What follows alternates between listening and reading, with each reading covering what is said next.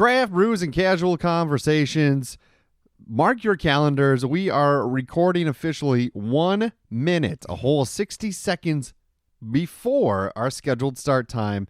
If that isn't some sort of growth and improvement, gosh darn it, I don't know what is, and it's worth celebrating. This is a podcast in which we discuss human growth, and it's a journey of two people who started on the third shift and now worked their way to the regular people hours and have just gone through so many changes. And if you haven't done so yet, go all the way back to the beginning. You can't go all the way back to the beginning. The first 8 episodes are gone. Anything after that you can listen to, though. Why are the first 8? You know what? Never mind. Doesn't matter. Cue it.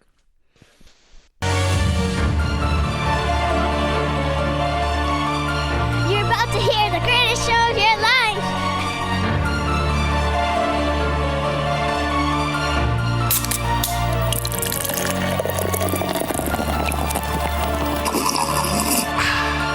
Dude.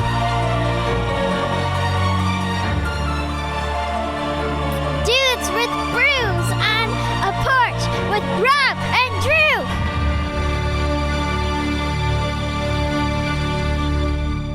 Rob, I am drinking a beer of the IPA variety, but it's a special IPA. Look at this. This is thick. This is hazy, and it what does it remind you of? Like, what does this look like? Kind of like a... That honestly looks kind of like a pulpy orange juice or a mango juice, maybe smoothie. I was hoping you would say a pot of honey, like Winnie the Pooh. But I couldn't even read your photo. I'm sorry. That's okay. I am drinking from Central Waters Brewing Company in Wisconsin. They are from Amherst, Wisconsin. The Honey Dripper, an IPA, a double IPA, 8.5 on the ABV. Mosaic, Simcoe, Calypso, Cairo, Strata. This beer is quite a handful and a bit out of hand. On top of the heavy hand of hops, Acadia or Acadia, some kind of fucking honey from Wisconsin cranberry honey and raspberry honey. So on top of all the hops, it's got 3 types of honey in it. They added to the broth, the brewing site and on the fermentant. Oh my God, hold on. Those honeys were added at both the brewing side and fermentation side. So this thing is absolutely loaded with hops and honey. Sounds good to me. This beer also features Bryce American honey malt, adding a nice orange hue, backed by a heavy layering of wheat and oats.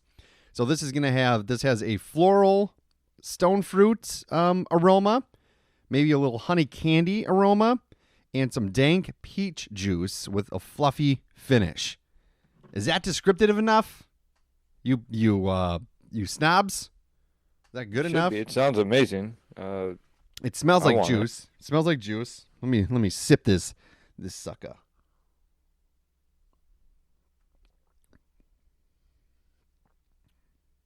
Very hoppy.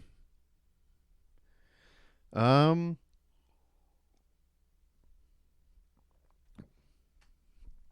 get a little honey. The hops might overpower the honey a little bit on it. It's not bad, but it's called Honey Dripper. I don't get a ton of the honey.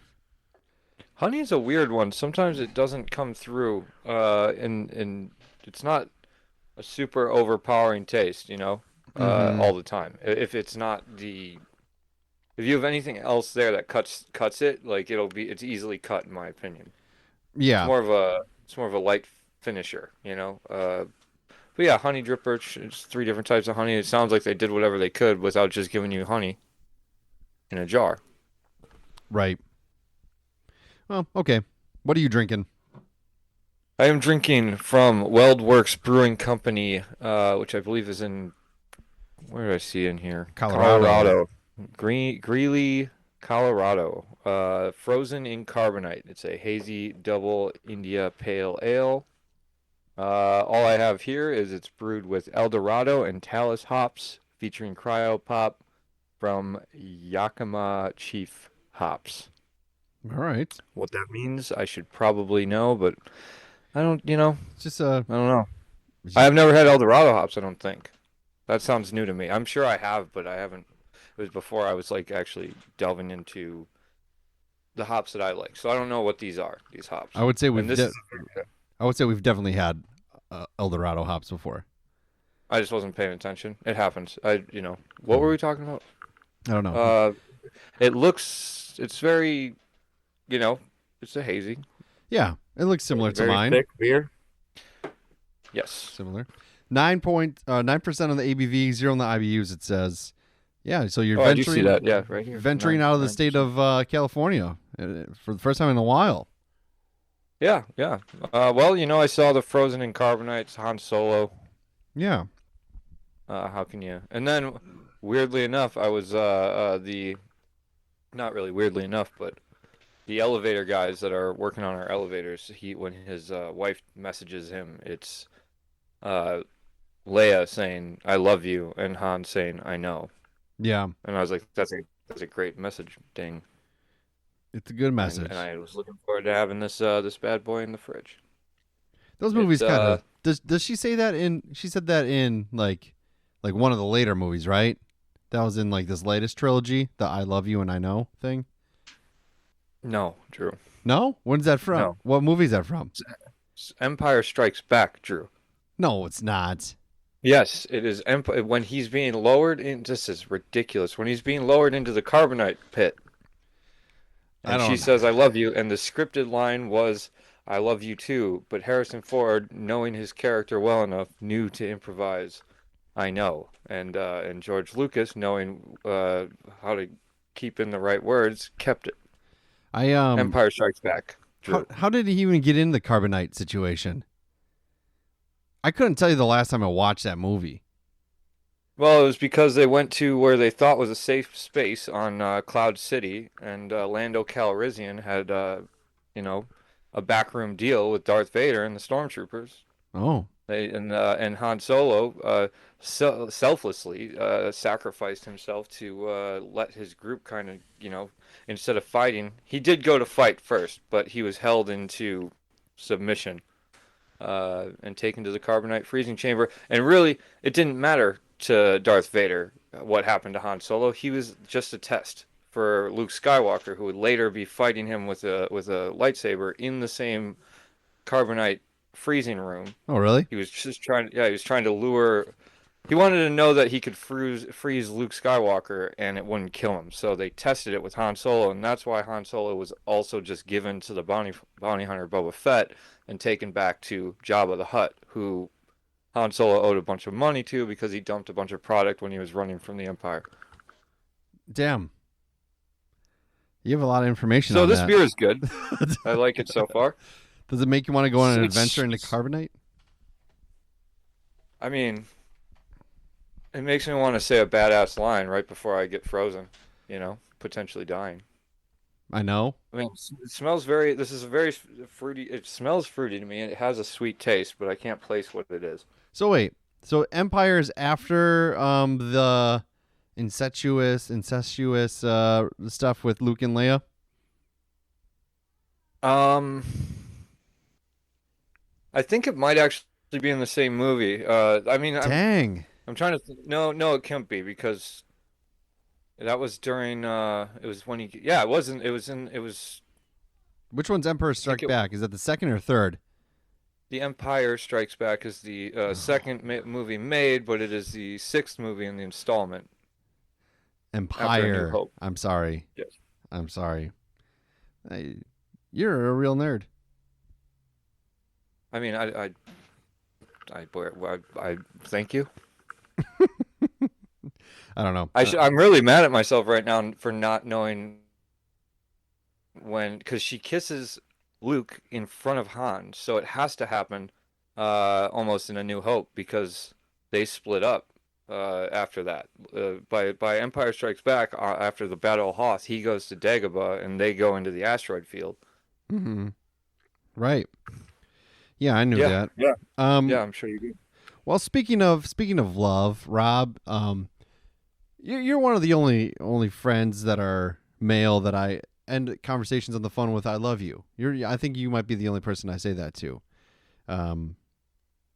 consistently. That saddens me. Not like ironically or to be funny, but like consistently. That's how we end our talk. So I figured, I'm gonna put this love to the test, and I'm gonna ask you some questions, and it's really like it's gonna be a reflection of how I think you think, and you're gonna respond with how you think I think you think. Does that make sense? All right. So are you ready? As I'll ever be, Drew. All right. So these questions are kind of going to be in the world of the Newlywed Game. Now, finding questions for the show or like that were on the show, it's kind of hard. So I'm gonna give you like examples of like these were actual legitimate questions from the 1960 Newlywed Game. Okay, and we'll count this as a question. So you have to get into if you're the host, will you still be the host as flirtily as who was it? It wasn't Roger Moore. It was somebody like that. I don't fucking know. Notorious for flirting with the with people, right? Or am I thinking of Probably. the other one? Probably. All right. Yeah, okay, all those '60s game shows. So here's one of the questions. It says, "What will your wife say is the longest time she has ever gone without doing the dishes?" Now I'll answer that question. So in this case, I'm the husband and you're my wife. So I have my answer on how long I think you have gone without doing the dishes. Now you have to think like, what do you think that I think that you know what I mean? Okay. So what's your answer? Not doing the dishes. How long have you not done it? I think you would definitely say 14 days. I thought 6 months because you just bought like paper plates. That's probably more accurate to the truth. Well, but I do watch this glass for the podcast. Well, that's good. So you got a clean glass. We like that. So I just did this. I just watched this glass before this episode. So those questions are a bit archaic, right? It's difficult to even try to think about those. So I had to find some other options. So, all right, here's some questions. And you have to think like me thinking about you. All right? Okay. Okay. Shit, hold on. All right. Who is your partner's celebrity crush? So this is what you think I would say. Correct. About I'm trying to answer what you think I would say. Yes. Not actually what I would say. Right. Okay. All right. And it's going to be an actress, not the character. An actor. Celebrity crush. Okay. So do you have what you think I would say? Yes. I'm going to go with Lindsay Lohan. Really? That's what I think that you would think I would say. No. Or Mila Jovovich. Djokovic? No. The answer. Bitch. The answer. Are you frozen or are you just not moving? You were frozen, but you're good. The answer is David Duchovny. Oh, I should have gotten that one. I feel like. Wow, we're not doing. You even said actor. Off to a bad start. You know. I was sorry. So I was thinking in 1960s terms. You can't answer that question. You like. We're a partner. We tell each other we love each other. At the end of the conversations, you can't claim that when you don't really know how the other person thinks about what they think about. Like you have to think how I think, how you think. Come on, are you ready for the next one? Just give this a moment because everything's booting up on the computer because I had to restart. So just give it a sec. I want to get the internet turned off. Also, I need to do some quick cheating notes. Cheating notes? Yeah, I'm just gonna write down some answers real quick. All right. Well, I got. You're good. You want the next one?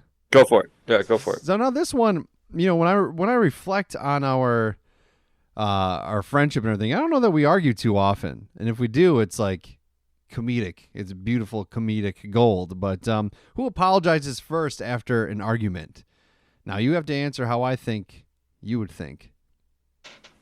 I apologize first. I think you know it, and if I'm wrong, I'm sorry already, and I'll prove myself right.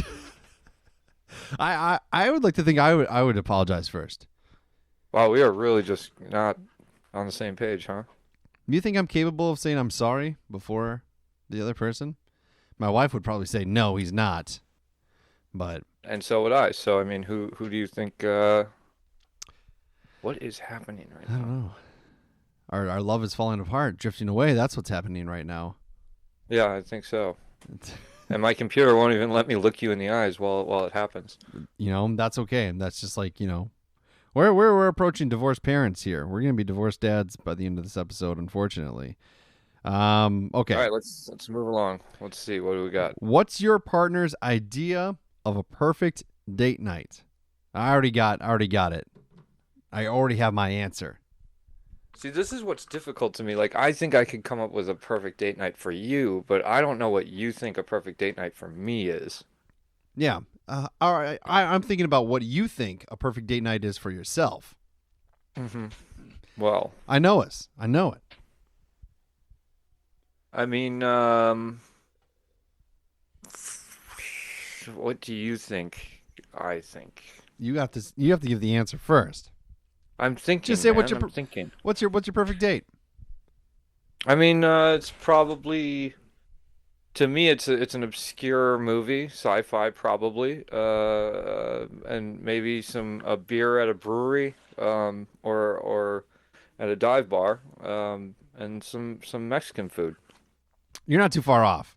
So I was thinking bottomless mimosas, and then going to watching some random ass movie that nobody ever has ever heard of, whether it be a documentary or some information about the latest, about Bigfoot breeding in Oregon, and then you get in some sort of one-sided debate in which you discuss some sort of controversy or quantum mechanics in which the I other mean, yeah, person. I think we got that one. We can chalk that up. But the only thing that's different is the mimosas, which I don't know if I'd do a first date as a mimosa, but you didn't really say first date. But I misheard the question, I guess. Yeah, yeah. And just if anybody's interested, there is a documentary on a Six Flags at New Orleans. It's called Closed for Storm, and it's about a Six Flags theme park that closed for Hurricane Katrina and never reopened. It's an hour long. Yeah, Pretty good. Yeah, check it out. the damage was so bad they just never reopened. Wasn't They worth just never it. went back. Yeah. Oh, well, no, I don't know how you get an hour-long documentary out of it, but I sat and watched it. But the flags still wave in the wind. All 6 of them, right? Yeah, 5.5. 5.5, fair enough. The hurricane damages. Yeah, it can definitely be like this. All right, if your partner could have any superpower, what would it be? So I have my answer. Now, you should say invisibility, I feel like, because I feel like I answered this. So I almost went with invisibility, but I was thinking being able to read people's minds, so then you could send yourself into a deep, deep spiral and ultimately hear the thoughts of everyone around you, and either it confirms all your beliefs about yourself or it disproves all your beliefs about yourself. And that, regardless of that outcome, you still continue to spiral, and then you end up naked in the street saying, "What year is it?" And you quite don't have that long white beard because you can't really grow it. But That hurts. your pubes are wild. Yeah, okay. I don't even need pants. So is that? I mean, that's like kind of like invisibility, right? You're naked on the street. I think the overall answer is we still have a lot to learn about each other. Let's keep going. All right, I think it's maybe going to close. If not, I'm going to call Bill Gates. Is Bill Gates is alive, right? Yeah, he's alive. He's probably in some trouble. Oh yeah. Didn't he like divorce his wife to like? Didn't he have like this strange arrangement where like every year he went on this like skiing trip with his like ex-girlfriend, like for like years? It would just be the two of them, and it was like this unspoken agreement because his wife is like, I'm a billionaire now too, so I guess I'll just let this happen. And then eventually she divorced him. Well, I think that was Bill Yeah, I mean, Gates. it might be. It makes sense. I'm pretty sure I remember hearing that he had to give away half of his money, and it was like a shocking. I mean, somebody was said something along the line, and I haven't done the math on this myself, but basically what they were saying is the amount of money, like let's say, um, who is it? It's Bezos or the other guy, Yeah, Bill Elon Gates. Musk. If if Elon Musk gave you like $100,000 a week, Mm-hmm.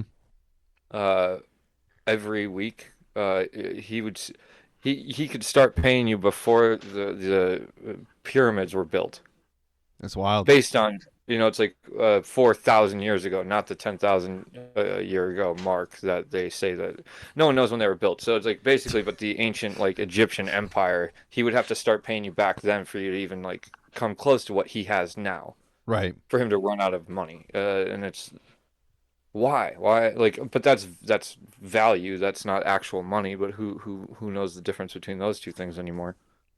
I don't. Yeah, isn't that interesting how people always sum up your net worth? It's like, well, I'm worth what I have in my pocket, you know? Yep, But that's the way it looks for me. yeah, All right, let's move on. I got the I didn't get it to turn it's I didn't get it to turn off, but I think I got it to stop loading. I so a continuation of our topic last year last week feels like a year ago sometimes. Last week when I asked about the death of cinema, a recent film critic or director says that Deadpool and Wolverine is the death of cinema. Why is that? I don't know, just cheap writing, I guess, or something like that. But I would argue that's not. But yeah, That worries me did I tell because you? I was just at a party with some people, and they were talking about how that's such a great movie, and I have to watch it. And they're good people, but they're probably not people that I see myself having the same cinematic. They're not gonna watch Zardoz, all right? They're gonna watch Wolverine and Zardoz? Deadpool. Yeah, it's a movie. It's one of those movies that nobody's heard of, but they all should see, and you should all sit through, even though it gets a little boring in the middle, but it's still a great movie. Um, but it's like I would never probably bring that title to this group of people. And so when they tell me like, "Oh, this is a good movie," I wanted to believe them. But what you're telling me now tells me I maybe shouldn't be so quick to want to be part of that group. In terms of that, they're good people. They're good people. I like hanging out with them, but maybe just not cinematically. Would you say that you can be so you have different groups of friends in California? I think you have your core group of friends out there, but also you have these kind of side groups, and I think that's what a lot of people do just in life. You have the people you consistently see, and then the people that you sometimes see. Are you able to give your full self to every single group that you're in, or do you hide aspects of yourself, or do you highlight aspects of yourself more in one group than the other? Well, this is one thing I was talking to my therapist about today, actually, is I don't think I know who my true self is, to Yeah. give it away.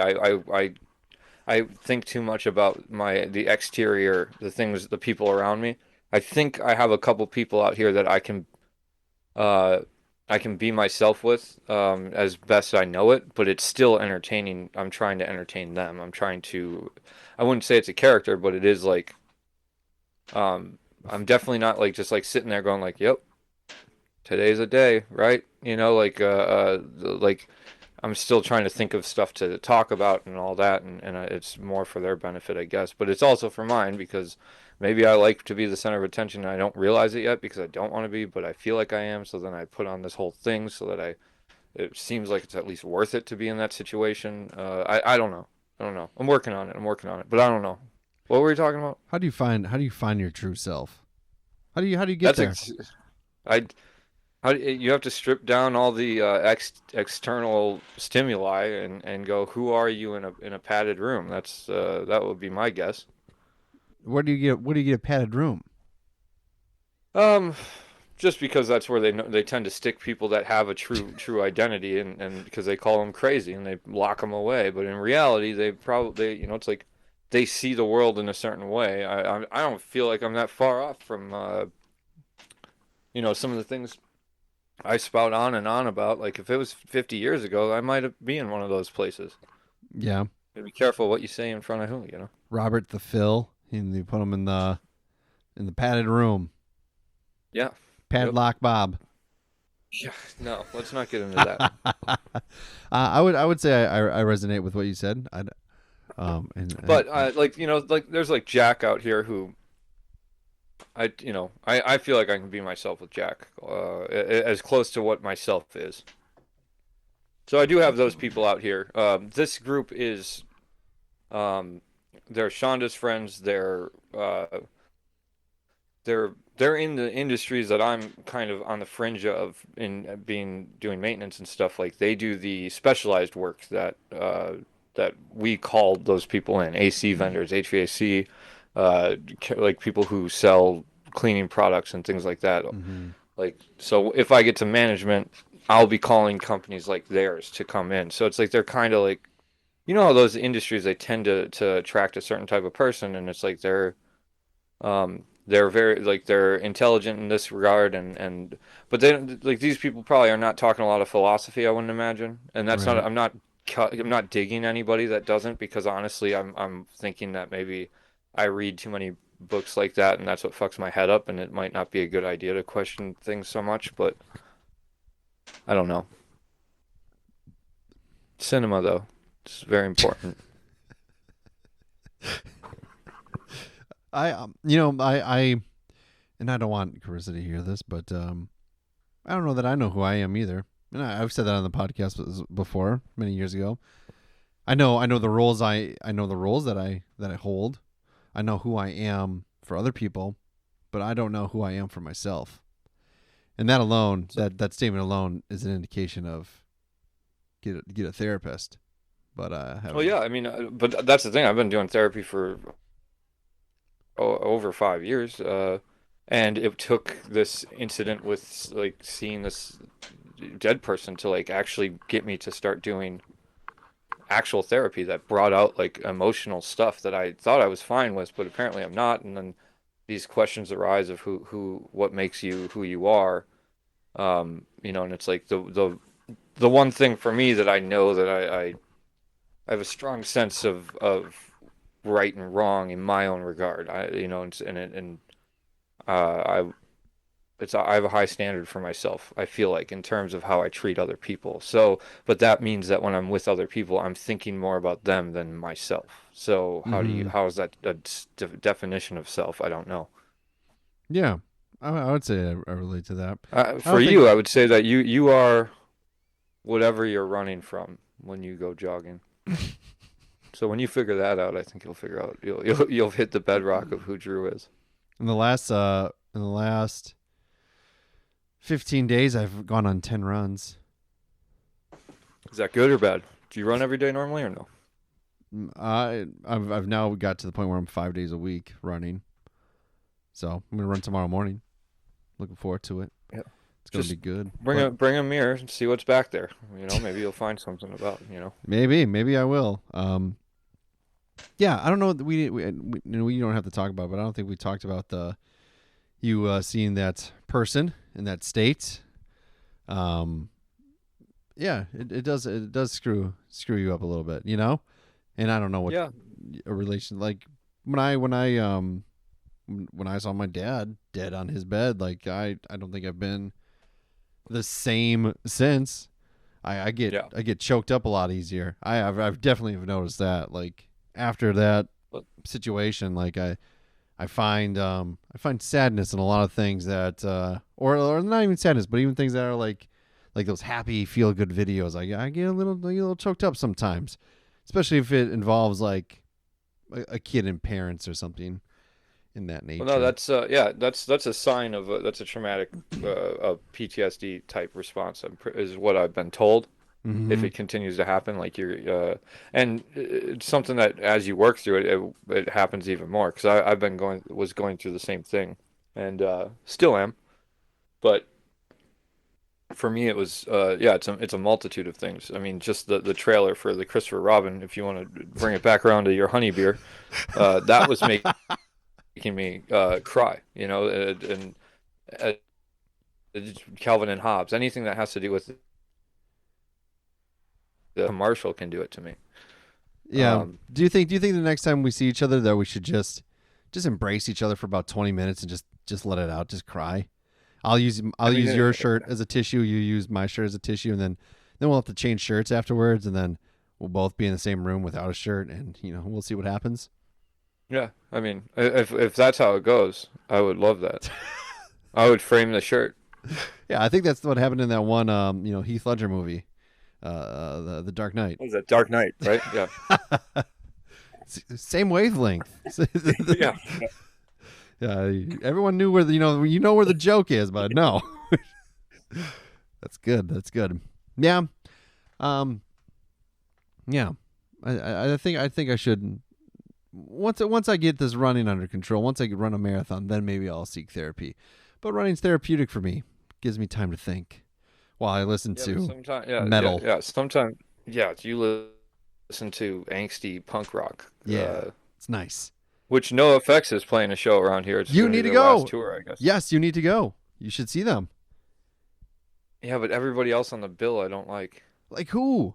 Is it Punk and Drublic? I don't think so. The festival?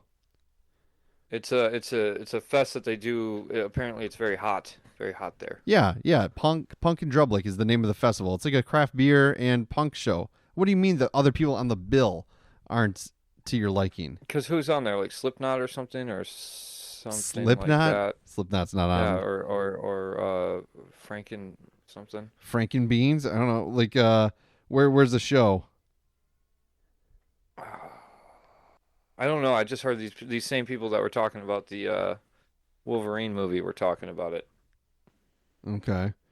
They're playing in Los. Also, these are all people that can grow a beard. They're those kind of people. They're playing in Los Angeles. Maybe it's my lack of being able to grow a beard makes it hard for me to listen to punk music. So they're playing 3 days in Los Angeles. They're playing on October 4th, 5th, and 6th. Which 6 is the final show. Is their final show that they're ever gonna play. Yeah. Again. And they're playing with Pennywise, who's amazing. That's it. I thought that they're like Slipknot, right? Pennywise? No. Are you sure about that? Yes. They're not even close to Slipknot. The Vandals, they're good. Dude, Co-Defendants are amazing. I love the Co-Defendants. The Flatliners, seen them before a handful of times, and they're really good. It's a good movie, Flatliners, the original, not that 2017 crap that they remade. You should go on that Saturday show on the 5th. They're playing with the Descendants, legendary The Descendants, Milo Ackerman, Steven, what the fuck's his name? Bill Stevenson. They have Carl, and dude, it's amazing. Steven Edgerton. Descendants are awesome. Less Than Jake. So is this what you felt like when I was talking about Star Wars before? Yeah. Less Than Jake. They're playing with them. I love Less Than Jake. Lagwagon. They're the high pitched whiny band, right? They're a ska band. The Mad Caddies are really good too. They're like a reggae ska band. Swinging Utters, amazing. Bad Cop, great punk rock band. All 4 members are women, and they're amazing, and they're fun, and they're like energetic. Get Dead, fucking awesome. Get Dead has the lead singer of the Co-Defendants is on there too. Oh, dude, that's a good show. That's a good show you should go see. On the Friday show, they're playing with Dropkick Murphys. Great. Been on stage with them. They're a lot of fun. MXPX, met them at the Rave Basement. The Bouncing Souls from New Jersey. They're really good as well. The Buzzcocks, legendary band that's been around for a long time. That's been Buzzcocks. Yeah, they've been so influential in the punk scene. 7 Seconds is gonna play. Kevin Seconds band. They're not the best, but they're legendary in their own regard. Man, what's this tour called again? This one's just called the Final Tour. It's just a big. Well, thus concludes our advertisement for the final tour. Now back to our show. Dude, you would. That was a crazy advertisement that you did. That you pre-recorded for that punk show. You should go. I'm going to see Built to Spills. There's nothing wrong with Love 30-year anniversary tour. So. Oh, cool. I was 4 years old when that album came out. But I'm very excited about it. It might mark the last time I see Built to Spill. I don't know if I'll need to see them again unless they, I don't see, know. I've seen No Effects 5 times. One time I saw them twice within 12 hours of each show, and it was a lot of fun. It was good. But I love them. I want to see them again. The only opportunity I have is in September, and it's during the weekend of my birthday, but I'm not going to go. It's too expensive, and yeah. And you declined the invite to come hang out with me on my birthday. I don't appreciate that. You'll come out for your brother's wedding, okay? Yeah, but you won't come celebrate me turning 34. That's a momentous. I know it's a milestone, but 3-4. The next one would be 3-4-5. Yeah. Well, yeah. I guess technically, yeah. If it's 3-4, then you got to wait another 11 years. Or I gotta wait till 4-5, 5-6, 4-5, yeah. And who even knows I'll make it to 4-5. So yeah. But well, I'm sorry. No, don't be sorry. It's okay. I understand. We'll See, I'm the first one to apologize. God damn it! You did it, you son of a bitch. You did it. Well, this is going to be a little bit of a short one. We did run into some technical problems, and that's okay. It's still good. It's still something to reflect on. We had fun. We talked about the human mind, the human form, the human development, and one of the last things we do in our lives, even after we pass away, is we have to take a poop, and yes. One of us really has to go. I'll leave it to the listeners. I'll leave it to the listeners to decide who does and who doesn't have to go. I drank Honey Dripper, the double IPA with some honey in it from Central Waters Brewing Company. Good beer, good IPA, not a lot of honey.